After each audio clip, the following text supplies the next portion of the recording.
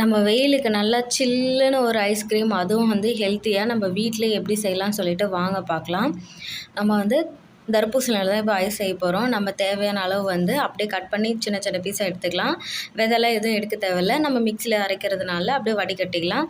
இப்போ வந்து தேவையான அளவு எடுத்துகிட்டு சர்க்கரை வந்து போட்டுட்டு கொஞ்சமாக லெமன் ஜூஸ் புழிஞ்சு நல்லா அரைச்சிட்டோம்னா, அதுக்கப்புறம் ஃபில்ட்ரு பண்ணி ஒரு கிண்ணத்தில் வச்சுக்கலாம். இப்போ வந்து ஐஸ் செய்கிறதுக்காக நான் அந்த மோல்டு வாங்கியிருக்கேன்.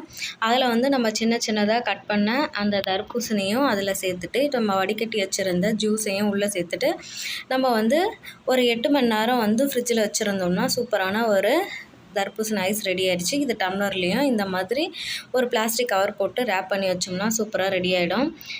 எடுக்கும் போது வந்து ஒரு 20 செகண்ட் மட்டும் தண்ணியில் அப்படியே கொஞ்சம் நேரம் வச்சு எடுத்தோம்னா சூப்பராக வந்துடுச்சு பாருங்கள். இப்போது நம்ம சாப்பிட வேண்டியதான். சுபாக்கு கொடுத்து பார்க்கலாம். சூப்பராக இருக்குன்னு சொன்னாங்க. நீங்களும் ட்ரை பண்ணுங்கள்.